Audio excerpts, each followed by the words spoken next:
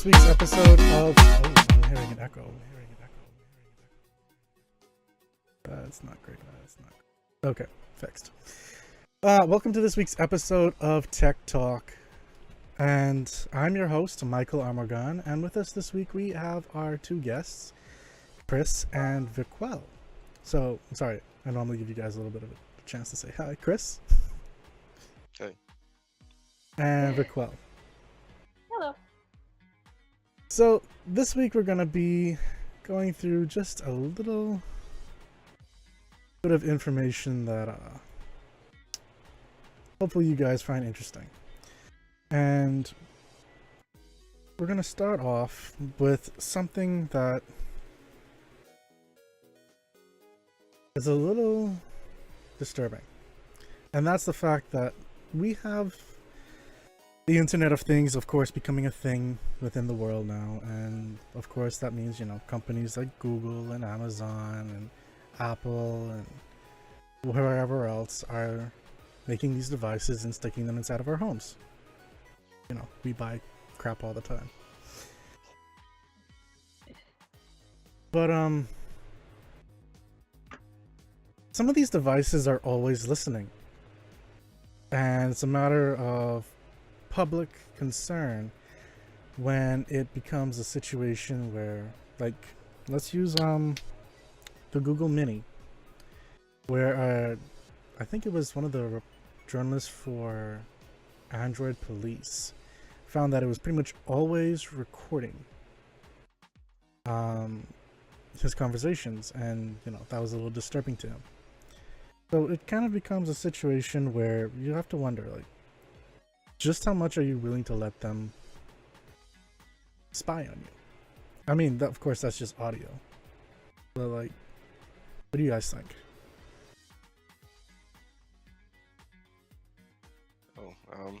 I mean, it's a give and take. I'm more concerned about my battery life, to be honest, than them recording my conversations. Because if they're running that, then are you draining my battery because you're running that? I mean, come on. That's my thing. And I don't know. I mean, the recording of voices, I mean, there's no need for you to, like, save the data. Like, I can understand you listening, but for you to, like, save that is another thing. Like, why are you saving it? But if you're just listening, looking out for keywords, and you're always listening all the time, I'm okay with that. I'm fine with that. I don't mind. But I think if you're saving, like, just a bunch, like, that's a huge file. Like, and for everyone, it's ridiculous. I think that's crazy, but and just not feasible. But I mean, just listening to, like, listen for, like, key phrases, whatever, I'm fine with that. I don't think this issue. Okay. Well, I know, Vicky, you had a situation where you found some information that wasn't necessarily supposed to be there because Apple was listening to you. Yeah, like, that was so creepy. Because of the email that I use at work, it has, like, my work number in the emails, and I actually went on my contacts app on my computer today to get something. Like, when I looked underneath my contact, it had my work number as one of my numbers, and it had in brackets, Siri found this in mail. And I just was like, okay. Like, I don't know if I just, like, clicked allow, not paying attention to allow Siri to, you know, I guess, listen on my mail, but it's kind of creepy. But for, like, well, I'm really not gonna get the Google Home, but for companies, like, I don't mind, like, if you listen out for, like, key phrases, like what Chris said, but it's just kind of creepy knowing that, like how some persons feel as though people spy on them via the webcams or computers, like, stuff like that. It's like, okay, like, you guys are looking at me with in front of my computer naked, stuff like that. Like, I think that's kind of odd. But, like, if you listening to, like, key phrases to, I'm assuming, stop an attack or whatever, then, like, I'd understand that. I don't have an issue with it. Okay, so I've never had a problem with that email scanning. Well, I found it super convenient, actually, and ridiculously convenient. I found it more convenient than annoying or creepy. really? It was creepy. I found, like, if I buy a ticket and I get an email from that ticket, my phone automatically knows, hey, I'll put this into your calendar and I'll remind you when you have this flight. That's super convenient. I don't care. You can keep on doing that. That's great. Like, I don't have to tell it anything. It just automatically does that. And at first I was like, okay, well, that's pretty basic. That's pretty simple. I can understand that. However, what it didn't do was, I remember one time one of my friends, she sent me her itinerary information to my email because she wanted me to print it. So she just forwarded it, like, completely, just forwarded it straight. So it looked exactly like the itinerary, like I got it. Yeah. My phone didn't remind me of it. It didn't even put it in my calendar because it knew it wasn't me and it knew it wasn't mine. So it just completely ignored it. And I was like, oh man, that's okay, all right. But I don't care. It's so convenient. I don't care. I'll continue doing it. Continue reading my emails and putting my itinerary inside my calendar automatically. That's amazing. I love it. So I have no problem with them doing that. Okay, I'll admit I've had situations like that as well, and yeah, I've enjoyed having that convenience of not having to actually go in, change up my itinerary in my calendar because something changed or I bought some ticket somewhere. I could just go and it just tells me, like, okay, well, there was a change, so this changed here. It's like an hour difference, or you've got this flight on this day, or something, so on and so forth. But what happens when, for example, Microsoft is using Cortana to read your private Skype conversations? Well, I mean,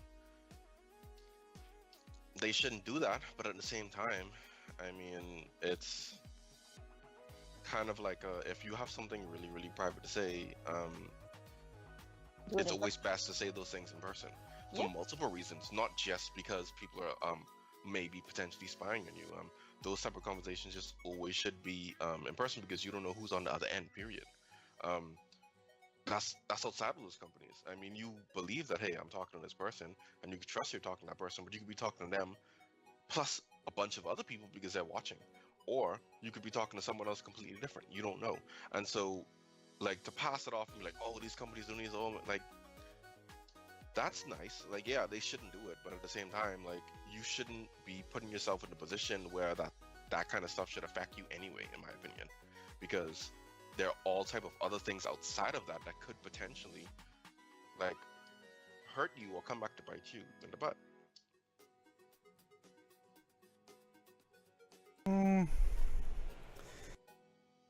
I can see that, but also at the same time, people typically have, well, private conversations via these venues. Like, I don't want Cortana knowing that I've bought this sex toy or that, you know, I've bought this item or Google's something like gonna that. know, Amazon's gonna know, someone's gonna know. Like, I mean, you can't do, like, to think that, okay, you can do stuff online legitimately and be completely anonymous is like, I mean, you have to be setting up all type of VPNs and you have to be like super, like, you have to go way out of your way to do that at this point. But someone's going to know, some company is going to know. And I mean, they have cookies tracking all of your purchases all the time, constantly. And these things, like, I mean, even with my job, we work with them and like we put them on there. So, and they just try to figure out a way. Like after Apple was like, oh hey, well yeah, we're gonna stop how cookies work, how third-party cookies work. That was a huge problem with the ad community because the ad community was like, oh hey, like our stuff are probably going to break, and so they found a workaround. It's not even released yet, like, and they found a workaround. They found a workaround already, and they implemented it. As quick as that. So they can still track you as you're making purchases and as you're doing all these different things. And a lot of times people think that, oh, hey, it's personal information. Yeah, but at the same time, it's so muddled inside data. No one's going to know. Like, you have to like really dig to find you. You're not that important. No one's gonna do that. Like, people think that, oh, hey, you're not. And it's very hard to like dig into there to try to get that because, like I said, I look at a lot of that data, and a lot of data is completely worthless. Unless you literally run a script in order to like build a script to like really zoom in and find a particular certain person. And out of a sea of millions and millions of people, who's gonna want to know your stuff? Like, no one cares about you. I'm sorry. I guess in that If you're an aspect, important person, yeah. If you're not, if you're like an everyday person, no. Honestly, it's not. I wouldn't even think it's that much of a concern. Okay. So I get what you're saying with that, but like, okay. What happens when you take things a step further and say what Amazon's planning on doing is, you know, building a system that pretty much allows their the people that deliver your stuff to have access to your car trunk or to your garage or something like that, so to drop off items and whatnot, so that, you know. That's gonna be on an approval basis. So if you approve it, then you approve it. That's on you. Right, but that does not still open up a can of worms in the fact that you're opening up X personal thing now. Obviously, you're okay with it though. I mean, if they're not just doing it without your approval. They're asking you, "Hey, can we do this? Like, do you want us to do this?" And then if you say yeah, then obviously you're cool with it. I mean, if everyone says no, then it's not gonna get any traction, and then it's just gonna fall off. But if a lot of people start saying, "Oh, hey, yeah, you can do this. Oh, hey, yeah, like you can put this in my trunk. Oh, hey, yeah, you can bring this and put this inside my house," and then it becomes a thing. But if people are concerned and people don't like are sketchy about it, then it won't become a thing. You have to like they're not just doing it, like saying, "Oh, well, just to let you know, we let Joe inside your house and he dropped it off." No, they're asking you, "Hey, do you want us to deliver it and put it inside of your house?" So you have the option of saying no, and if you say no, then it's not gonna happen. I don't know. Like I feel like this is it's opening up an avenue to be abused. Only if people go along with it. Only if people like it, and if people like it and people go along with it, then guess what? People have spoken, and they feel perfectly fine with it. And hey, anything can be abused. If you want to abuse something, you will abuse it. Period.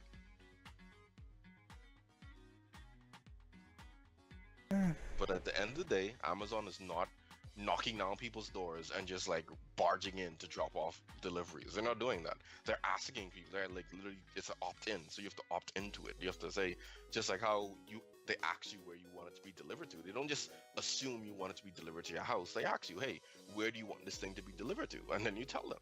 So it's gonna be the same. It's gonna be a part of that. There's gonna be an option to say, hey, you can just come inside my home and drop it off. So I don't see the big deal with that. If people want to do it, people can do it. I wouldn't do it.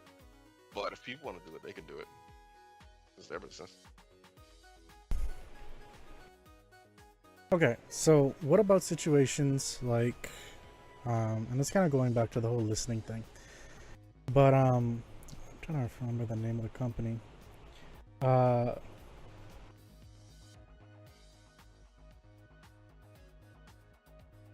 Nielsen. Nielsen is a company that does, it pretty much is a company that says, okay, how much stuff you're buying, what kind of foods you're buying, what's the prices, what type of TV you're watching, so on and so forth. And you pretty much use their system to catalog these kind of things, and give user tracking in a sense. Now, I had a friend in the States who had one of these devices, and she pretty much carried it around with her inside of her purse. And when she got home from buying stuff, she'd go on the website and type everything up and fill in everything like that. And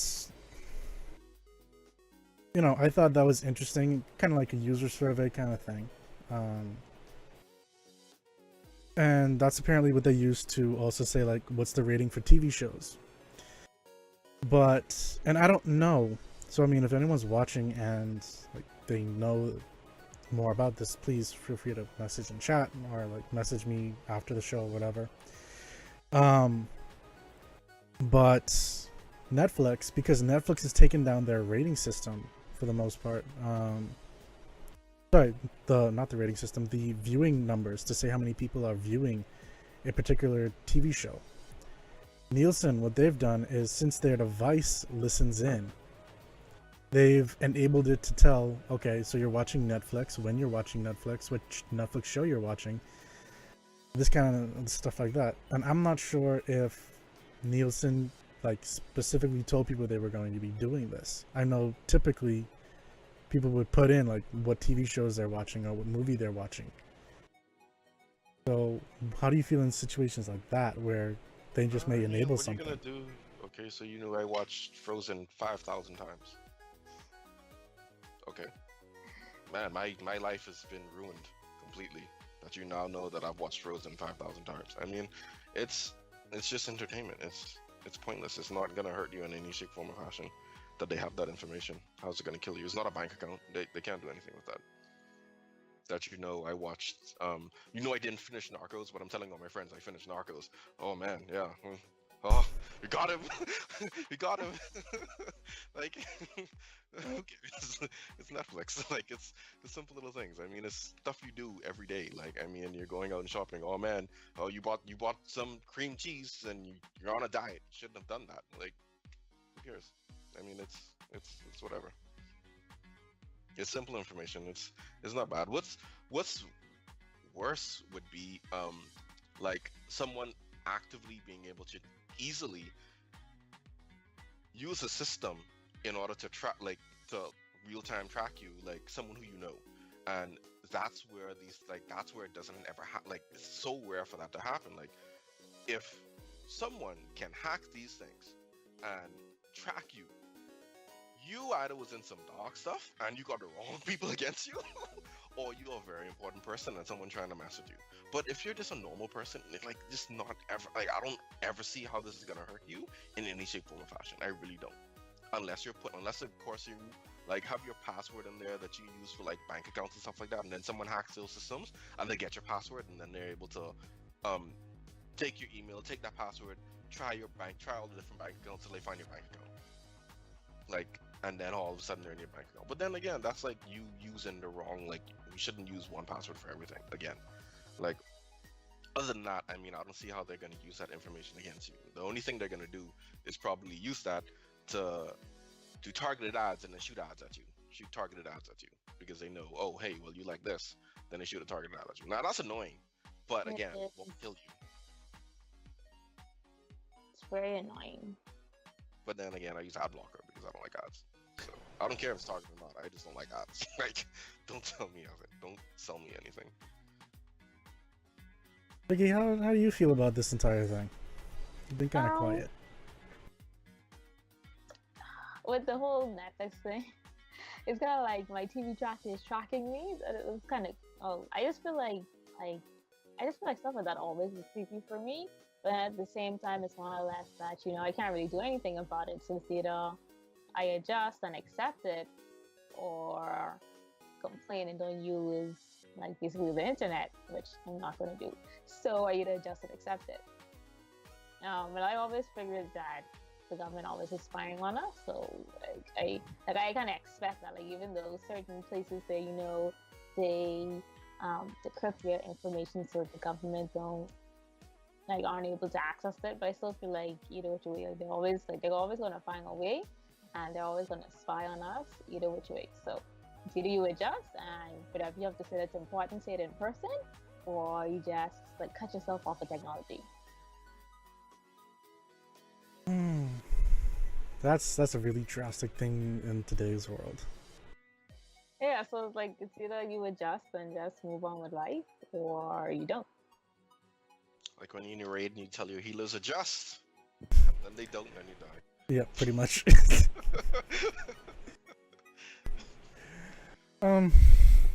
Okay. So, how exactly are you gonna live a life with no technology when you walk outside and there's a self-driving car? You adjust. Like, there literally is a car that just drives right past you. There's no one in the front, just some person sitting in the back, lingering around. First of all, the car's gonna detect you and stop, because it's smart enough to do that. A person won't. A person will run you over in a heartbeat. So at least that, at least the car won't want to hit you. Not because it likes you, but because it doesn't want any insurance or legal issues for the owner or the company. They don't want any, so they'll make sure that car stops and not hit you. Alright. Well, So I mean, it'll be fine. Just walk everywhere. I mean, you don't have to take the self-driving car. You don't have to take the self-driving Uber. You don't have to. You can just walk. Take the 30 minutes to walk when you can take the car, and it'll take you 2. so, I mean, that actually brings up an interesting topic. Self-driving cars. like we're seeing a little bit more traction coming along with it, like in the fact that Intel and I think it was LeBron James were doing like some collaboration to try and make and show that it's safe to use. And I can't wait for like humans to like be banned from the road and like everything is just self-driving cars. I can't wait. That is the dream, and we're so close getting there, and I can't wait. That's the dream, though. That's the dream. Humans, we're worst, right? We're the worst drivers ever. We need to get off the road. We literally cause 100% of accidents. Us. What were you saying, Vicky? Cars? None. Yes, I won't lie. Bohemian, I mean, not also. What if I call him Bohemian Song? Nice. Oh man, yeah, like humans are like some of the worst drivers ever. So I feel like it's time we let technology take over. But then this also leads to the episode of Flash, where someone hacks the computer. So someone hacks the computer in the car, and like you don't have any control. So it's like,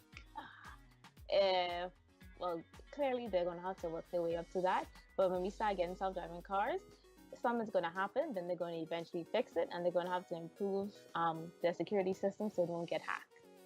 And like I feel like Someone's always gonna hack it. yeah, I feel like someone's always gonna hack it. So it's just about a liability as who are they gonna hack? Hopefully they take the risk. Yeah. Take the risk. So Get humans off the road. Let's take the risk.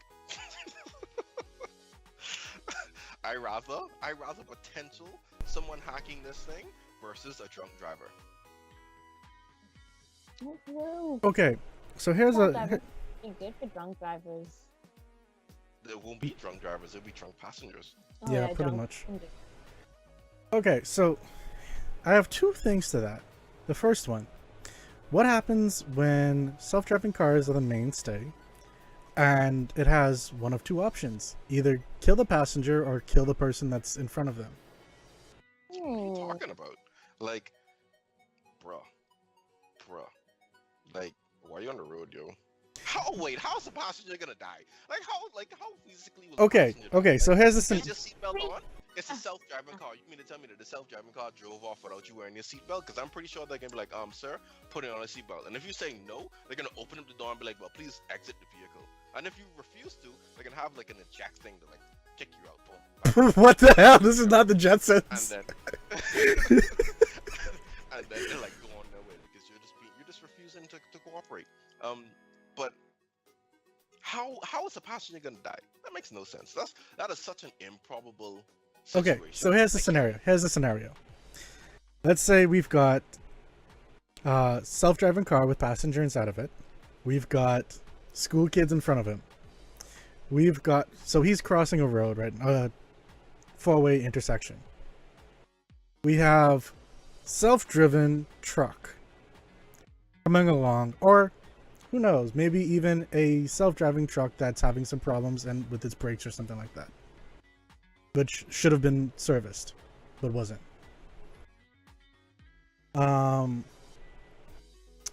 This truck is barreling down. There is no space behind this car. There's the kids in front. We've got a truck that's speeding towards it even though it's not stopping. What is going to happen? Either the car gets hit by the truck, killing the passenger, or it rams the kids in front of it. More than likely killing the kids. Happen in a self-driving car situation. Do you know why? Because there's systems in place. Yeah. Have you listen? These cars can predict accidents before humans can even realize that accident was even going to happen. Tesla cars do that currently today.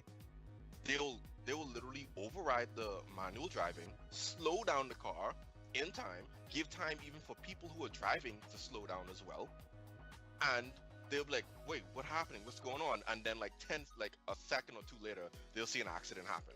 The car already was slowing down before the accident already happened. Like, that's not good.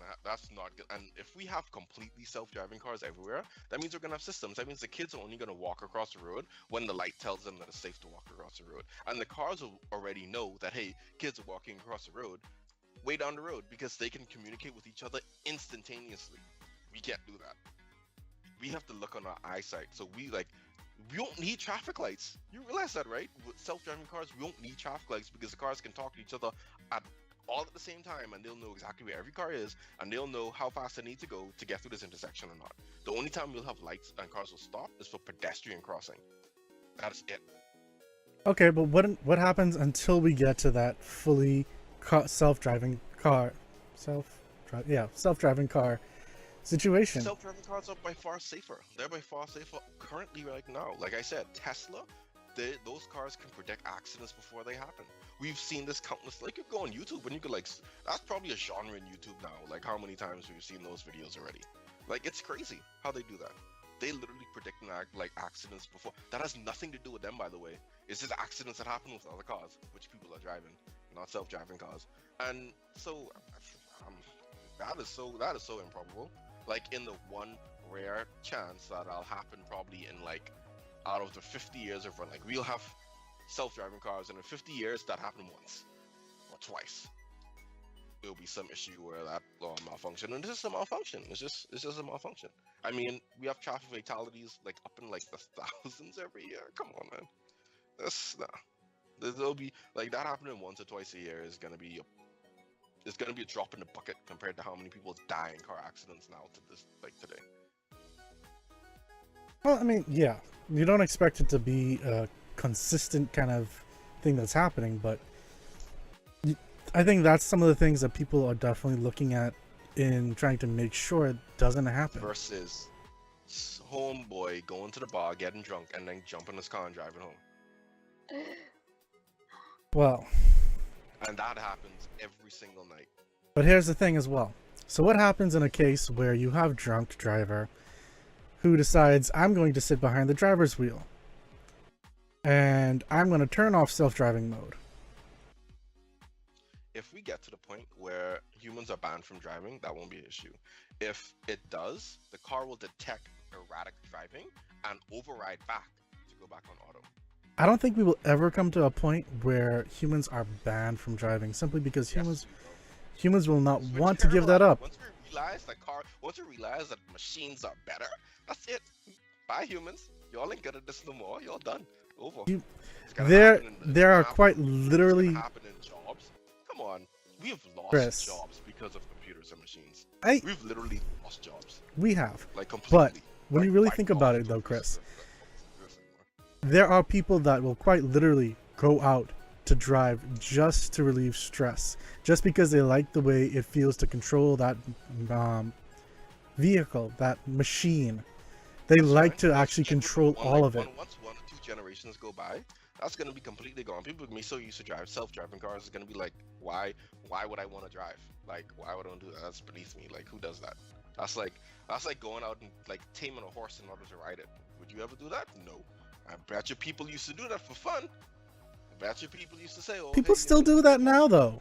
I mean, it's not as popular, but people still do it. It's so niche, and it's just like go-karts. It's like you're gonna go find a place that lets you drive like some old car, and you drive around, whatever, and when you want to fill that void. That's how it's gonna be. You're gonna pay, like, some company's gonna pop up, and they're gonna have like a little track area, whatever, like, okay, you know, we have cars, you can go drive them, whatever, and you can get, and that's just, and people who want that experience are just gonna go there. Like, that's what's gonna happen. I'm not concerned. I'm not worried. Vicky, what do you think? You think cars are gonna just like disappear? Like, well, sorry, self-driven cars. Driven cars are gonna just disappear. Huh? No, I feel like as the years continue, I feel like they're gonna take over eventually. Like computers are going to take over the world. Like, I feel that's what it's gonna be. I mean, we're pushing towards it now, so. You don't? I've seen enough. I've seen enough movies. I think humans are gonna take it over. It's just the next phase in evolution may be a joint, like a bio mechanical type one, but it would be just a new human. It wouldn't really be a machine. So a cyborg. It's gonna be like a cross. Yeah, I don't think. Well, it could be a cyborg, or it could be through genetic modification. We may genetically modify ourselves to be able to interact with it, like on a biological level. I don't know how I feel about that. Like that. I mean, there are already people are modding it. But guess what? You're gonna end up not being on that side because evolution happens. You're gonna be like the Neanderthal of the next phase of evolution. I don't really know about that because I mean, people have already been talking about just genetic engineering like for a while By now. the time that happens, a lot of people are going to be a lot more interested in it, and when, of course, who's going to fund these things are very rich people who could afford it. And Well, once they genetic start doing engineering's it, already people happening though. I know, but I'm saying that next phase in evolution, once that starts happening, people are going to be on board with it. They're going to go with it, especially if it comes to the point where people are like, hey, guess what? You can live longer. Sold. Sign me up. People are going to be in droves. That's literally the only thing that needs to happen. If you can say, hey, you'll have a longer, healthier life by doing this, by getting this genetic thing modified, whatever, in your body, people are going to sign up for it like hotcakes. I think people are still going to be a little skeptical. Yeah, and then they'll die off, and then the people who did it will I don't remain. think they're going to die off because I mean, look at the thing which happened just a few months ago where a company was sponsoring people to put chips inside their body to help them interact with the company better and like buy items and whatnot. I go and I get this genetic modification, and this allows me to live up to age 200. Everyone in my timeline is going to be dead who doesn't do that. I'm going to be on 150, and guess what? I would have survived like literally 2 life cycles. That's 70 twice. Oh, you're talking about genetic modification. Okay, I think we were talking about 2 different things. Genetic modification. Like in terms of keeping your life, like extending your life expectancy. The second genetic modification gets to that point, then yeah, it's everyone's gonna do it. Like you'd be crazy not to. Like if you don't do it, well, you're gonna die, and everyone's gonna outlive you. Like that's what's gonna happen. But I mean, it's gonna get to the point where like all of those things are gonna happen at some point. I thought you were more talking about like modifying yourselves to actually interact with machines. That's gonna happen too, and people are gonna do that as well. But I mean, it's not something that like you have to do, but it's gonna be like one of the stages of of that next step in evolution. I think that or cyborgs. Who knows? I'd rather be a cyborg. Oh. It may be both though. To be honest, there's no reason why both can't happen. That is Except true. different types of human. Oh Lord, so long as that doesn't become a whole race issue or whatever it is. What are you saying? What? Are you crazy? You Cyborgs thought versus the black- non-cyborgs. Wait till you see the biogenetically grown versus the mechanically engineered. These walls would be so real. But they're about to be dead real. It's about to be so lit. This is about to become a dystopian like novel right now. Oh man.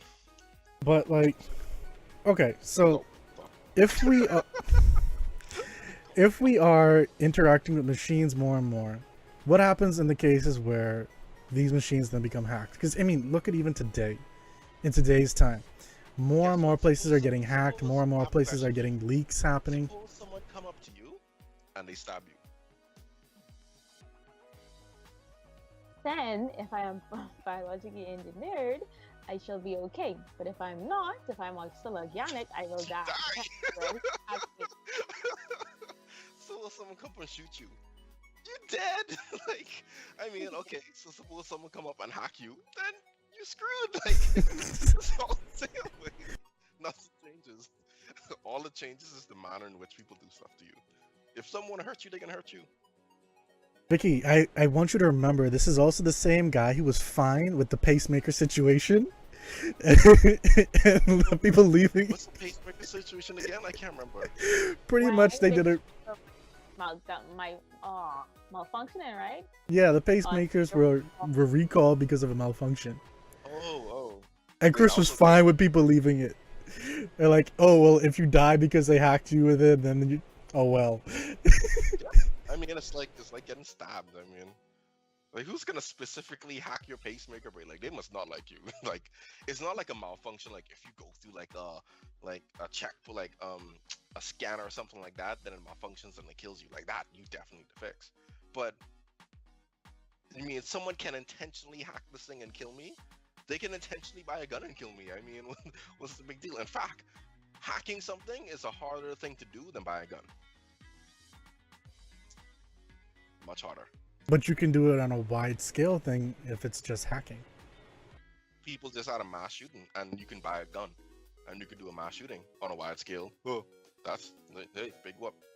This is true. They ain't had to jump any hoops for that. All they had to do is just had a bunch of money. That's literally it. That's literally all. That's all they had to do. Versus hacking, first of all, you need the money in order to go to school to learn that, or you literally waste your life. Well, not waste, but spend your time like learning it on your own. Like you have to invest in it. You have to actually put some work there to do that. A lot of work. That's not like an overnight thing. That's like years and years and years of becoming good at something. Versus just going down the corner, buying a bunch of guns, and then spraying a crowd. And that whole crowd, I can guarantee you, out of that whole crowd, like out of a crowd of 1,000 people, maybe 10 people have pacemakers. So that means that a hacker's gonna kill 10 people. Okay. That guy with the gun. So, Chris, you're pretty much saying like we should expect people to get hacked and so on and so forth. If that is the only way to hurt you, yes. Okay. If that is not the only way to hurt you, then no. I mean, you expect people to get shot, you expect people to get stabbed. The same rate I say you expect to get hacked, the same rate at which you expect people to shoot you or stab you. Okay, so what about in today's time? Like, with all these different places getting hacked now, you're pretty much saying it's the same thing? I'm concerned about is bank information. As long as bank information isn't touched, or social security or passports, then I'm good. Well, I mean, that quite literally happens. Social security numbers, addresses, credit card information, all that stuff got like... And that's why you don't just go throwing around your information everywhere. Mm-hmm. And I mean, you tipped with the Equifax thing, you didn't. It was somewhere that just collects information from the government, and they got hacked. That was Equifax's fault.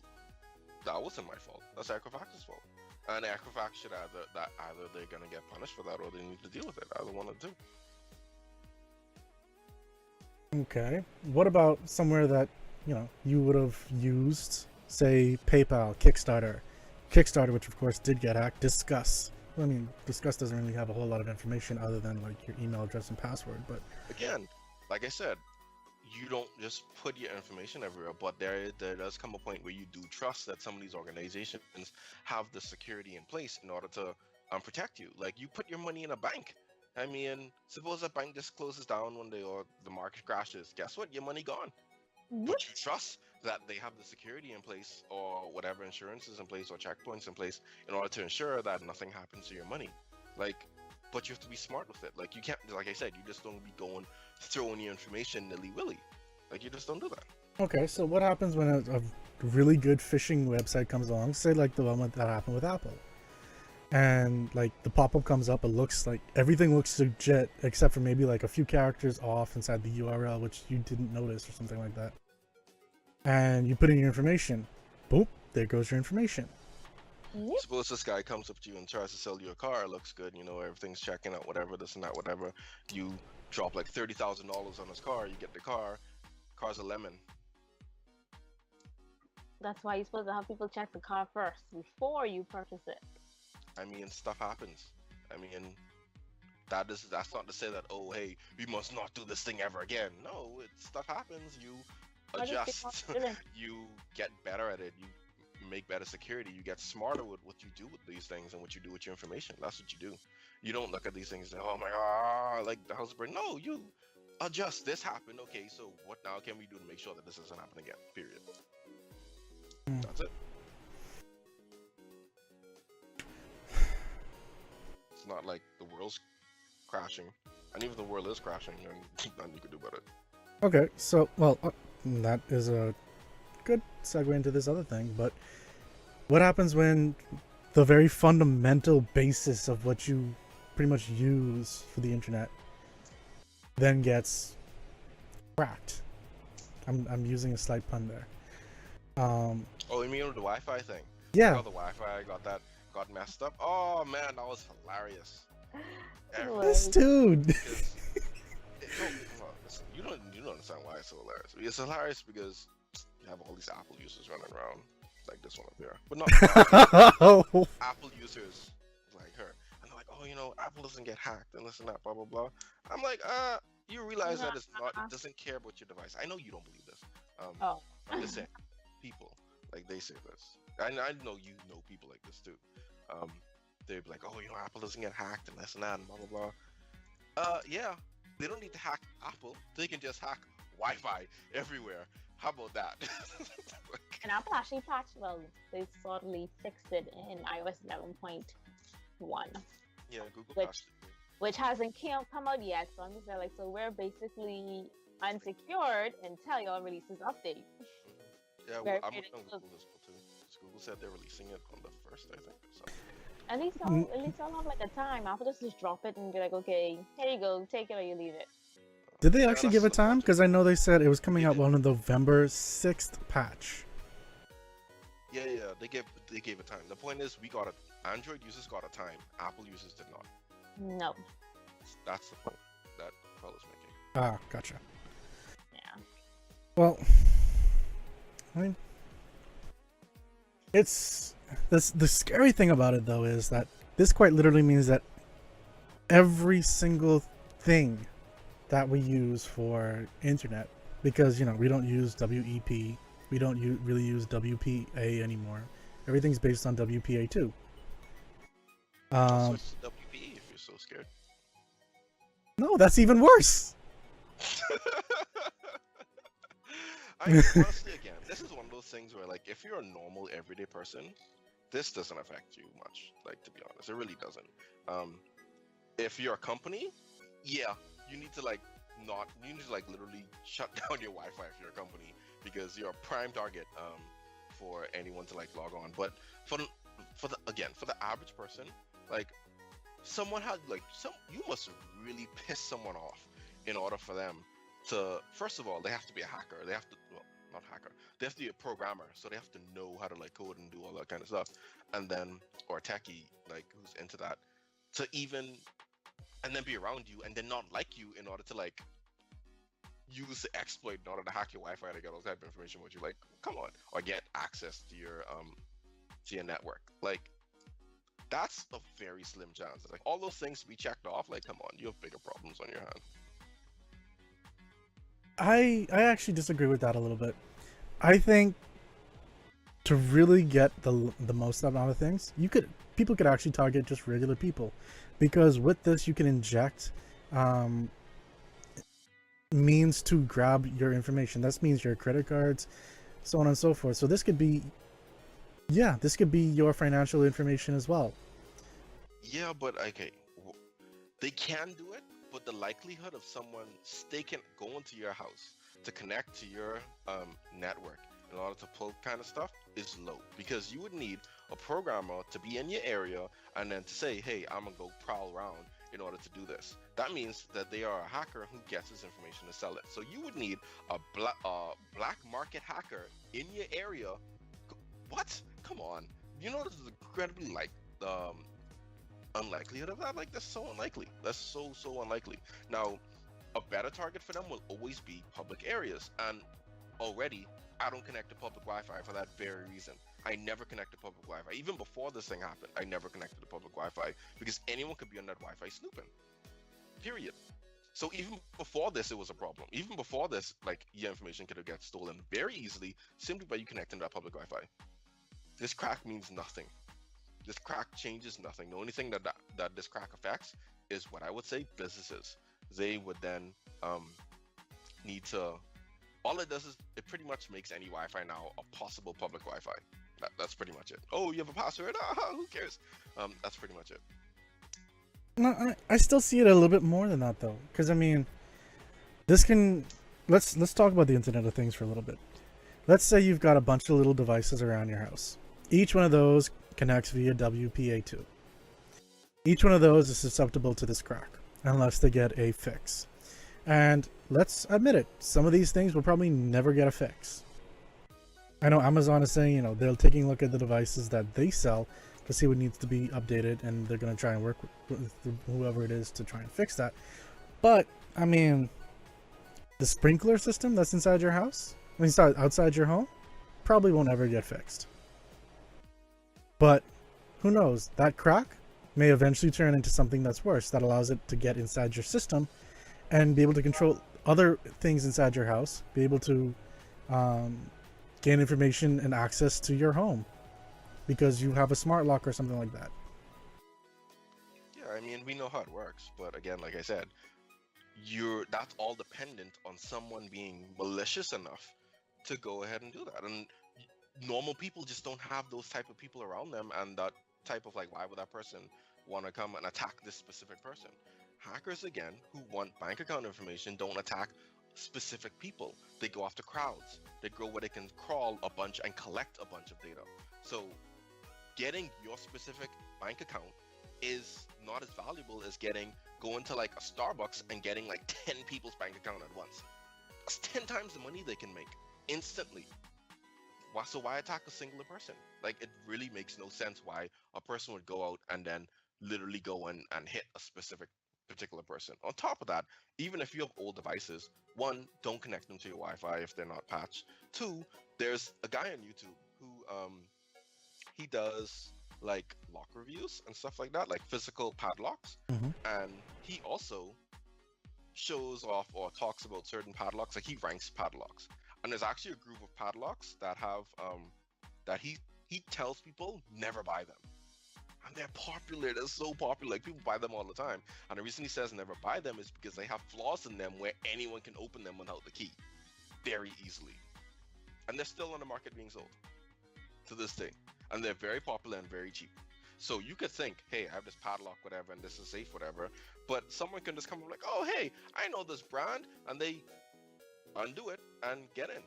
But again, those type of people are very malicious, and the very chance of something like that happening is very, very small. That's why I say something like this doesn't really affect the average user. It doesn't. Yes, there's a chance that it may happen, but that chance is still small. That chance could have happened even before this crack happened. So that's why I say, like, it's not really something that changes things, because this crack is out. You don't have like droves of people running out being like, oh man, the whole world is our grabbing point, because it's not. All it does is allow them to use. Did we lose Chris?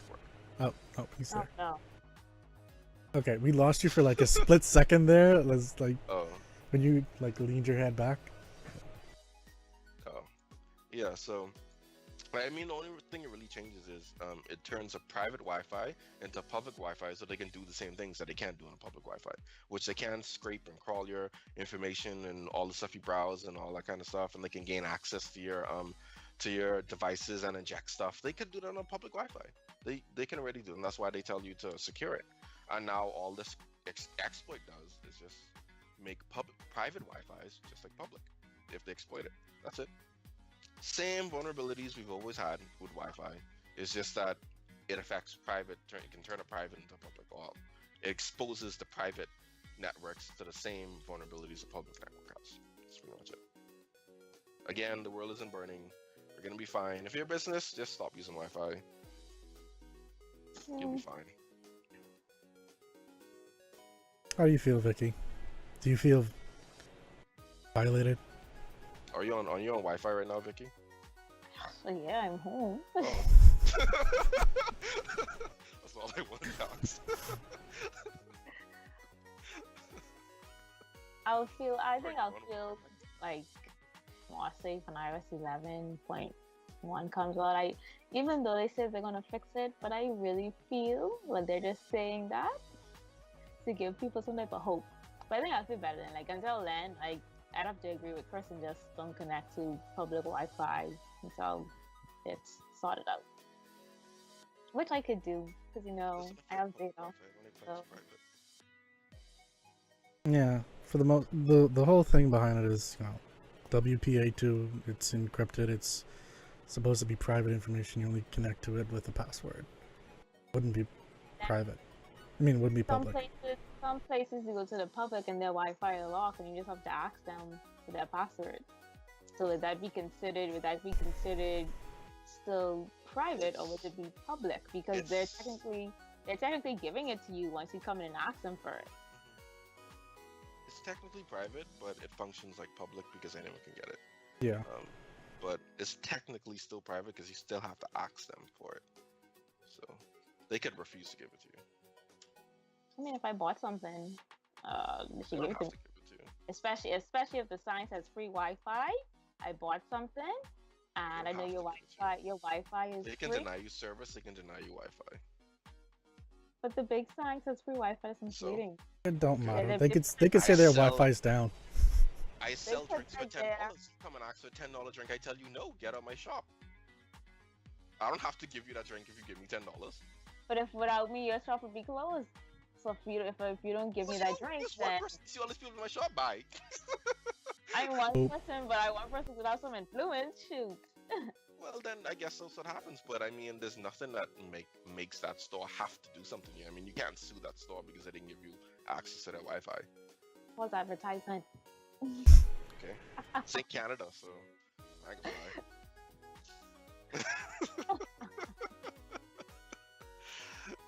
But no, it's technically private though, because it only affects private networks. It doesn't really affect public ones. Public I'm not ones, all of that could already happen to you. So Okay, I so highly doubt someone's gonna hack my internet. Knock on wood, but still, because my internet is private. So drive down there tonight. Oh man! Wonder It why you happened can't connect no before. more.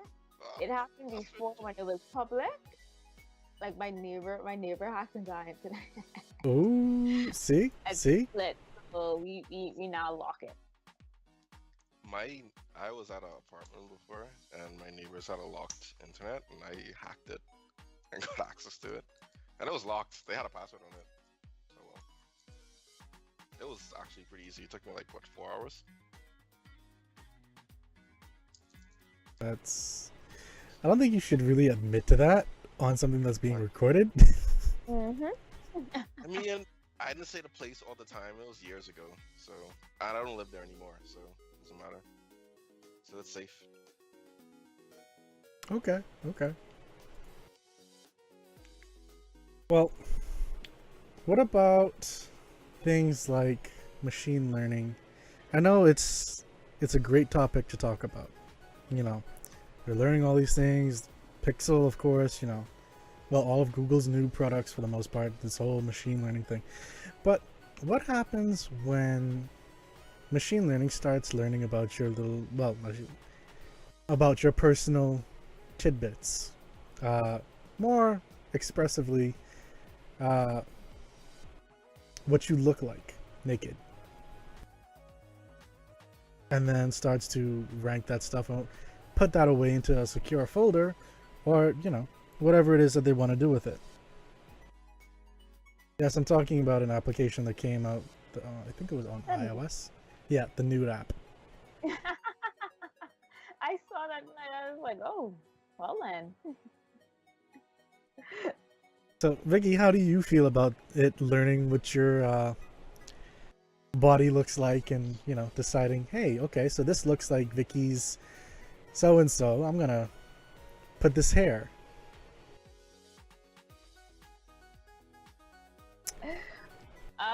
When I saw the app, like I kind of laughed. And I was like, oh, interesting. This is another app to like just throw in there.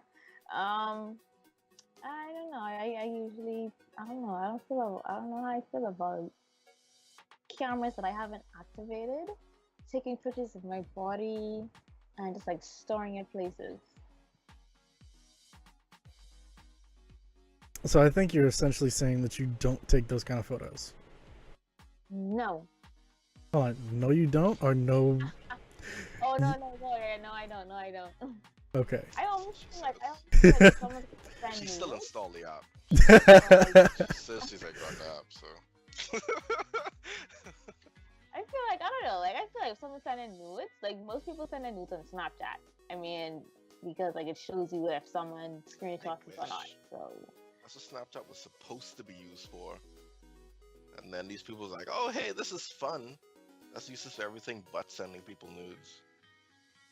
Snapchat is so disappointing to get nudes from. It's not like you joined Snapchat where you can get them nude photos. No, I didn't join Snapchat. Likely story. Before we end up with a mango season type of scenario pointing out here. Look, one of the most popular accounts on Snapchat inside the Bahamas. Mango Seasons, what is that? I know plenty people join Snapchat just for mango seasons. It's funny sometimes. let's Don't lie. let's not delve too deep into what mango season really does. um, but I mean, okay, let's take it another step Right? further. This is like the anti, is like the villain to this app. Pretty much, yeah. Like this app is the superhero and the mango season is the super villain.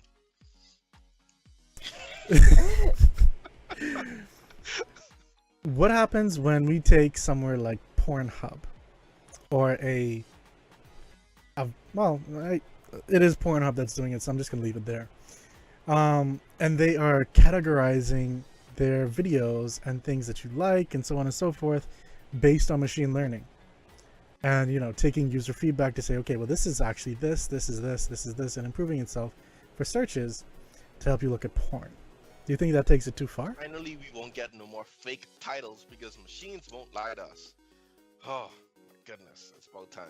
Chris seems really hell-bent on this like machines kick. Like I could see him marrying like some android in the future. Like in what was it?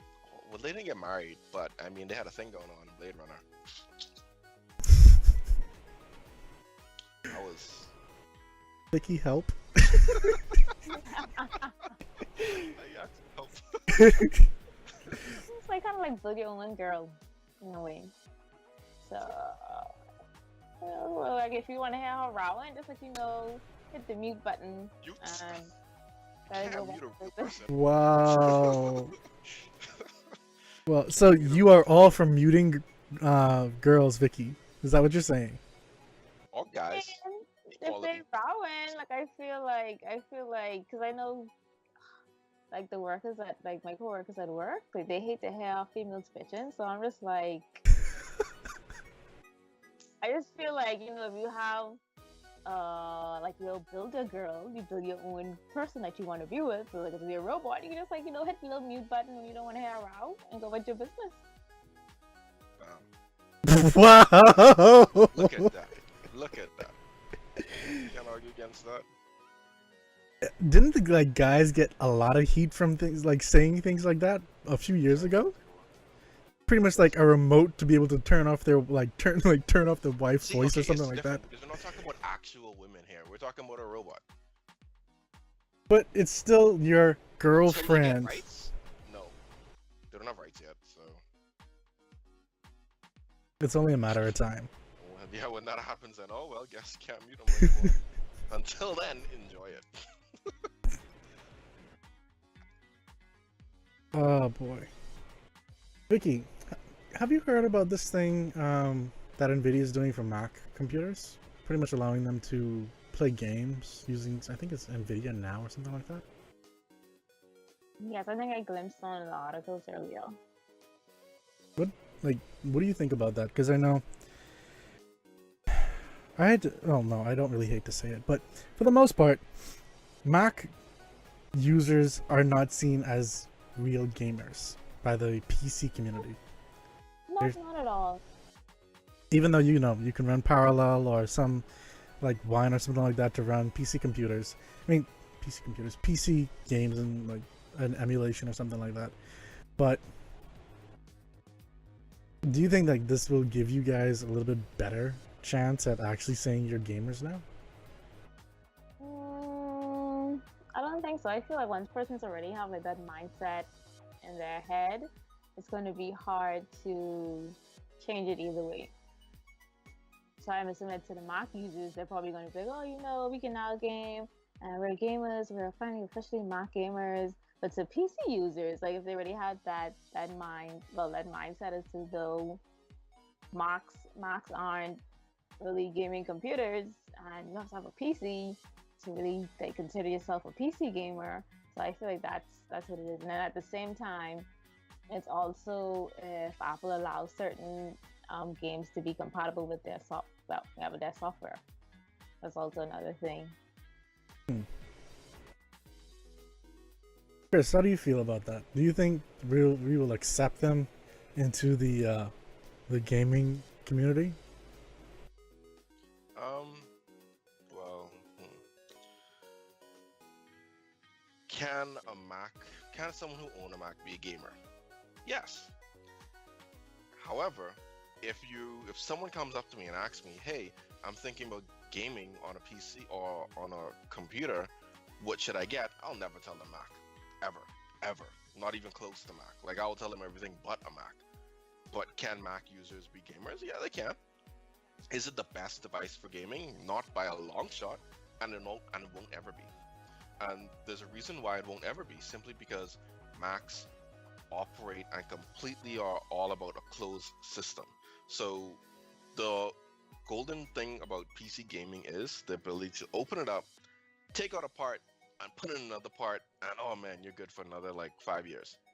That's the beauty of gaming PC, and that is why, like, that is one of the things that keeps PC so ahead of everything else in terms of graphics. Because every time a new graphics card comes out, you don't need to buy a whole new system. You just buy the graphics card and plug it in. Apple doesn't let you do that. No. And as long as Apple doesn't let you do that, sorry. So you gotta buy a whole new system. Exactly. Mhm. And that's what's keeping Apple. That's what's preventing Apple from ever being a serious contender in gaming, when it comes to PC gaming. So you'll have PC gamers and then you'll have Mac gamers. Are Mac gamers gamers? Yeah, they're gamers. I mean, you have a lot of legitimate games on Mac. Like, don't get me wrong, you do. Final Fantasy 14, for example, is on Mac. Like, a lot of like AAA titles are on Mac. Like, that's just how it is. Diablo 3 is on Mac. Like, so people aren't shying away from developing on Mac. It's happening because they still want to get Mac users. But when you want to do like serious gaming, like, you won't see. It's gonna be very rare to see someone like, for instance, doing esports with a Mac. Like, that's gonna be incredibly rare. Simply because PCs will always outperform that Mac, because you'll be able to get the best and the newest and latest in the PC at a much cheaper cost than you can in the Mac. So it's not really we hate Macs. It's just Macs isn't a good environment for it. Okay. Well, I know, if I remember correctly, at least I should say, with this NVIDIA now, they were saying games like Overwatch should be available, which, you know, you can't actually get Overwatch for Macs by itself, but maybe this would allow you to? At least that's the way it sounds like. Maybe. But it's up to the developers to, develop for Mac, because Mac is a very difficult environment to develop in for games. Simply because you don't have the same engines. So you have to port the engine over, and then you have to... it's a lot of work. Oh my goodness. It's a lot of work. Vicky, you look like you want to say something. No, I'd have to agree with him. Because like, when I was looking at Overwatch, I was like, why is this for Mac? And I said, you know what? I'm just gonna leave it alone and go with my business. Because like, it's a lot of games that I've seen on Steam, that aren't Mac compatible. So like, I already have that mindset, you know, don't be expecting no games to be coming out for Mac like how they're coming out for PC. So yeah, I already have that mindset that's gonna be out on PC. Okay. So, I want to bring up one last topic before we end it off, but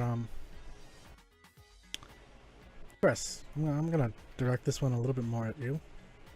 But have you seen this whole FaceTime for Android kind of scenario with, like, they're trying to build into with Duos? Oh my god.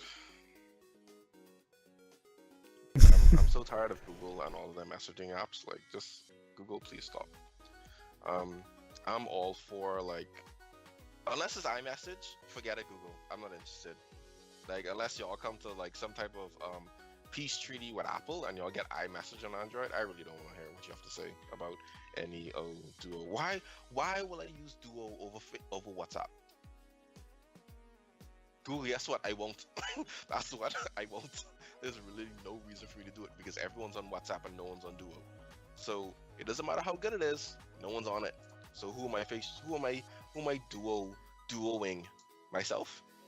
Well, Oh wait, Google Assistant. Yeah, I'll call her. I think what they're trying to do is that, you know, if this phone has the capability to do it, is that it allows you to call the other person. But if they don't have that functionality, then it falls back to Duo. So in a sense, no, what I'm falls back to no one, to an app that no one uses. Okay, but fine. Goodness. What if like they build it up so like it is actually baked in, and that is one of the core functionalities of Android then? Because that looks like what they're trying to do here. No one's going to use it again. Like, I mean, I'll see. I'll see. Maybe it becomes like a core thing what like everyone automatically has access to, but I just don't see people using it. I see people going to their WhatsApp and just using WhatsApp, or going to iMessage and just using FaceTime. Like, that's it. Because the thing is, it'll only be able to connect to Android users. Okay, great. Now, here's the problem with Android. The problem with Android is not everyone's running the latest Android. Most people are like 2, 3 like OSs behind. So big whoop. We're gonna talk to 1% of people on Android. Oh, great, awesome. Oh man, I can't wait. So in the next 3 years, when everyone else catches up to the current version that we're on, then they will have access to this feature. Then I mean, WhatsApp. okay, fair enough. And I mean, when you really look at it, right now they're only saying it's Pixels, Android One, which hasn't even hit this US. It's mainly only in India, and Nexus devices that are going to be getting this functionality. And then you have to further limit that down, because guess what? You're going to have to use carriers. It actually has to integrate with the carrier that you're on. Let me see if I could. Yeah. We are working with our carrier and device partners to bring this experience to more Android devices over time. So they are looking at bringing it to other devices, but more than likely they have to do something with the carrier. So I don't know if it's that they have to say, hey, well, we want this on this device and we'd like to bake it in.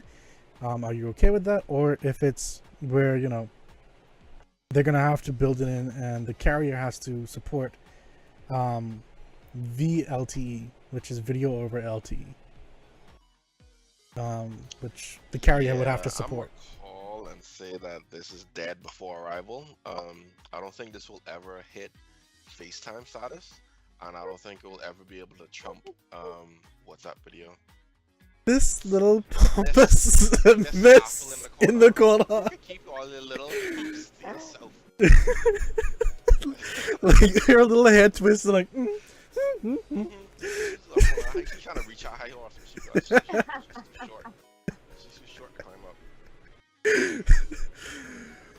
Vicky, so how do you feel if one day we start having these features and we leave you guys in the dust?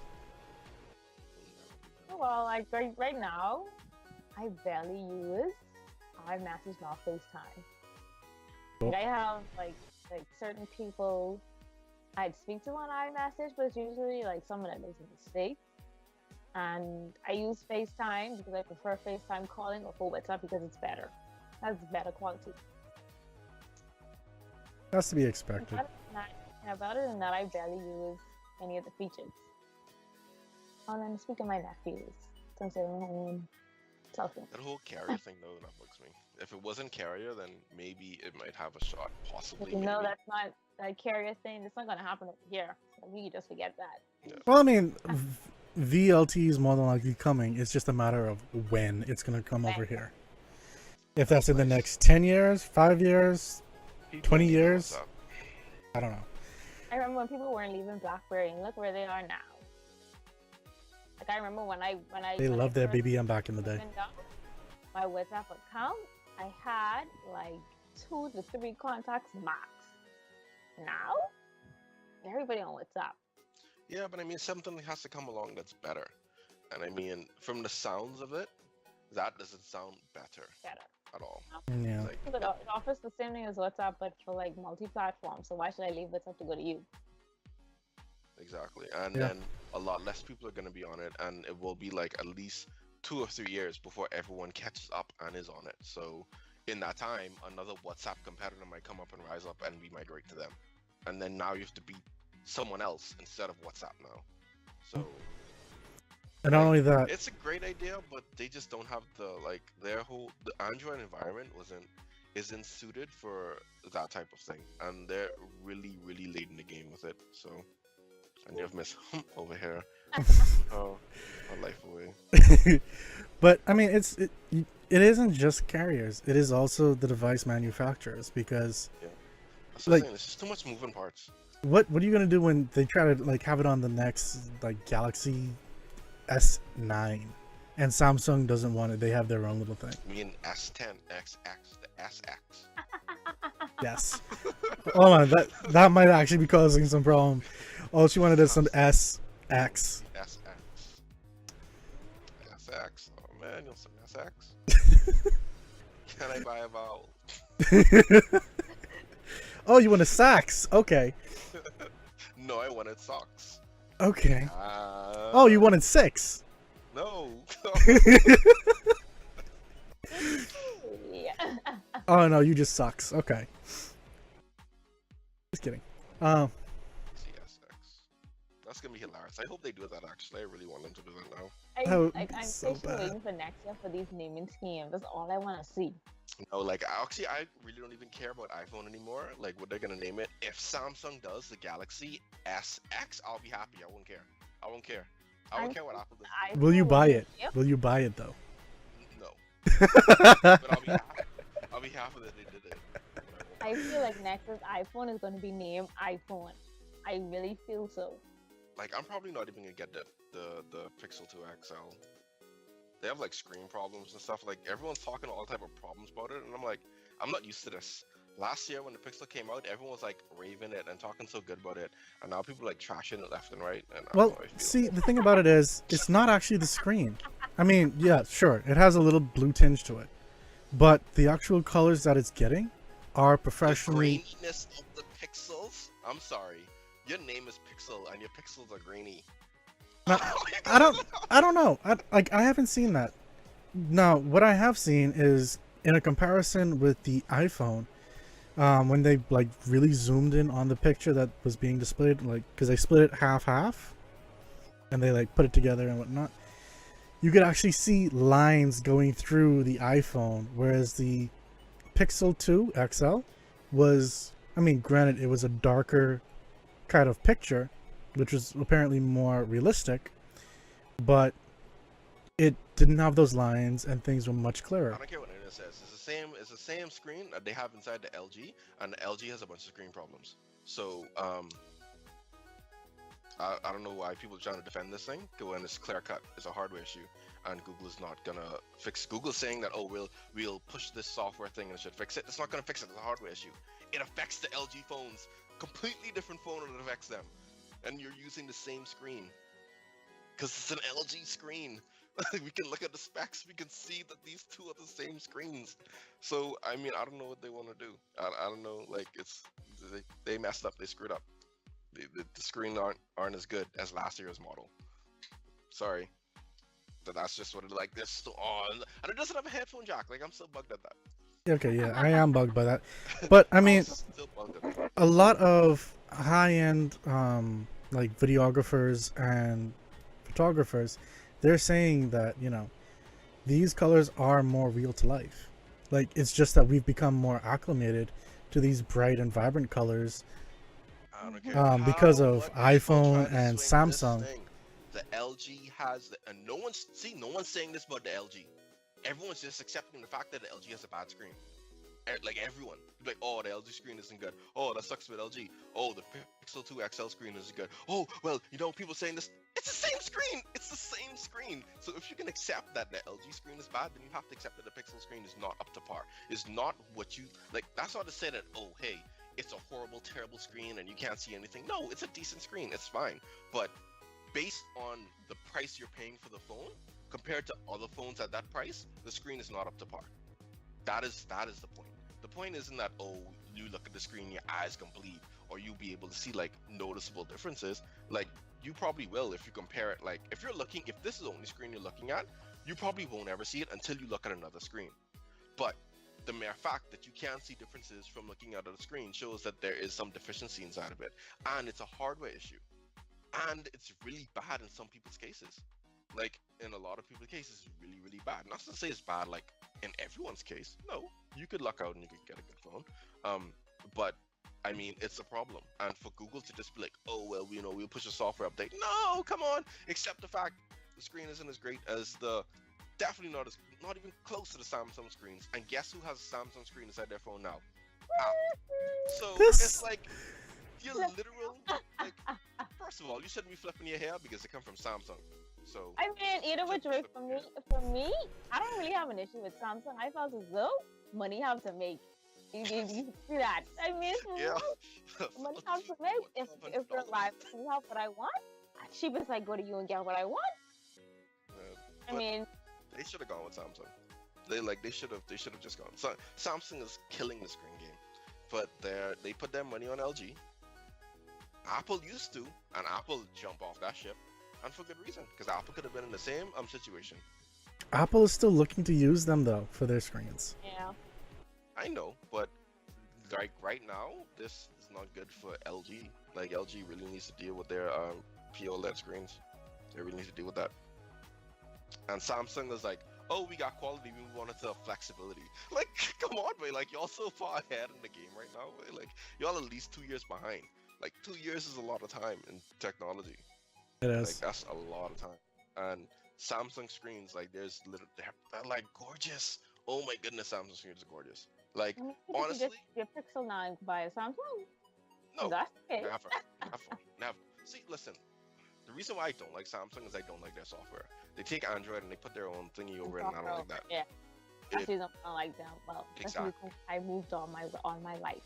Exactly. It slows down the phone, and it just the performance for Samsung is horrible. But their screens are gorgeous. Like I can't hit Samsung screens at all. I love their screens. The screens are amazing.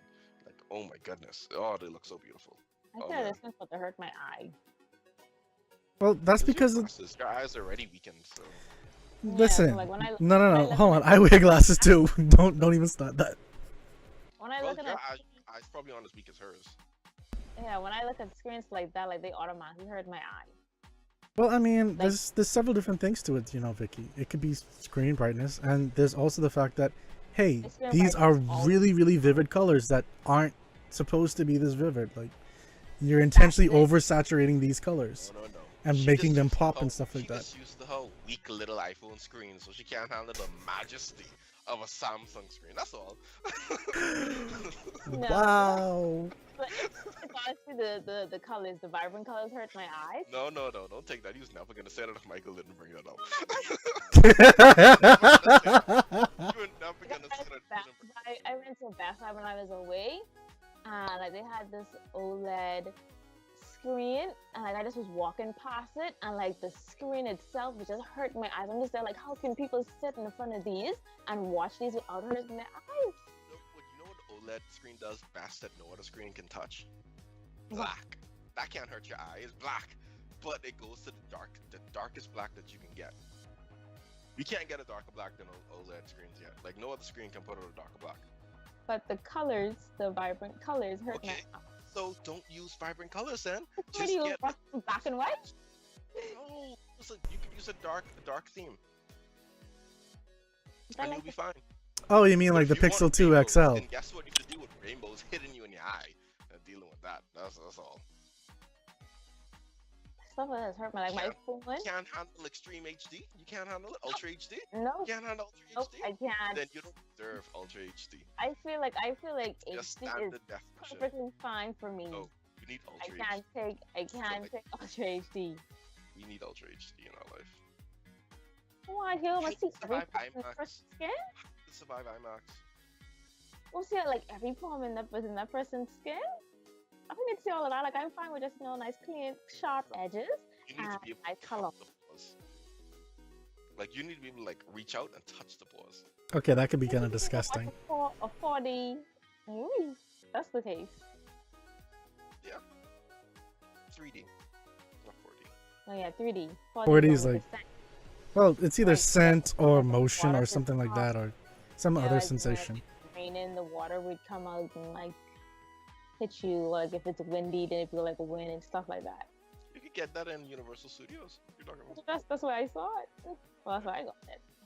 Yeah, but I'm saying you can't. How you can deal with IMAX? IMAX is really vivid. Really vivid. Like OLED screen type vivid. when I watched IMAX, I was back in the day, so it wasn't as vivid as it is now. Oh, it's so vivid now. I think he's gonna be staying at Galleria. It's so vivid. Oh man. Because last when I watched, what was I watched? Oh, I watched Blade Runner in IMAX, and trust me, I was like, bro, this thing is vivid. This is spicy. This is sharp. This is very sharp. Anyway, so I think we've covered a lot of topics today. Probably crushed some souls in the process. I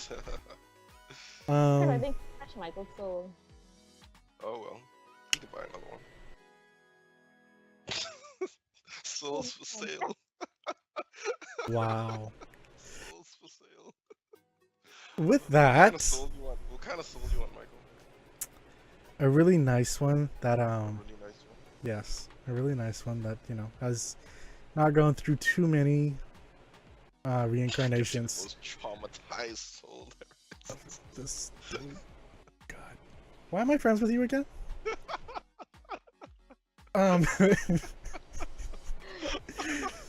With that, we're gonna end this episode of Tech Talk.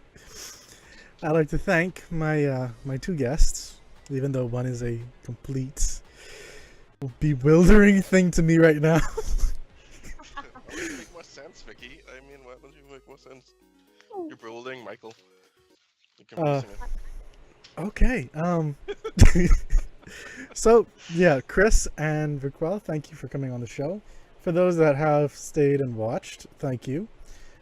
For Trap Life Chris, which the name sounds very appropriate to the other Chris that's in here. Thank you for chatting with us on Mixer. And yeah, we'll see you next week. Don't forget that Tech Talk is going to be back at 6:30 p.m. Eastern Standard Time on Thursdays, and Esports Wrap is on Tuesdays at 6:30 p.m. And over the course of this, well, feel free to also listen in on a lot of different podcast places like Google Music or iTunes if you want to watch and, well, listen into the audio version of the show. Until next time, this is Michael Armagon and More Cookies. Take care.